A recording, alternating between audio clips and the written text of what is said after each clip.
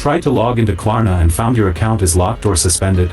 In this video, I'll explain the most common reasons and what you can do to regain access. Welcome back to Guide with Samuel. An account lock is a security measure, but it can be frustrating. It's usually triggered by one of a few specific issues. The most common reason is multiple failed login attempts. Klarna's system will lock the account to prevent a brute force hack. Another reason could be suspicious activity, like a login from an unrecognized device or location. It can also be locked due to overdue payments or a violation of their terms of service. To resolve it, first try the "Forgot Password" flow to reset your password.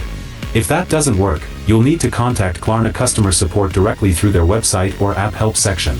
A crucial pro tip: the fastest way to get help is often through the in-app chat support. Have your email address and any relevant details ready. To avoid future locks, always keep your payment information up to date and make payments on time. And just like that, you know the path to restoring your account access. Understanding why accounts get locked helps you prevent it in the future. Has your account ever been locked on any platform? How was the recovery process? Share your story. To get back in, watch our next video on how to recover your Klarna login. Thanks for watching.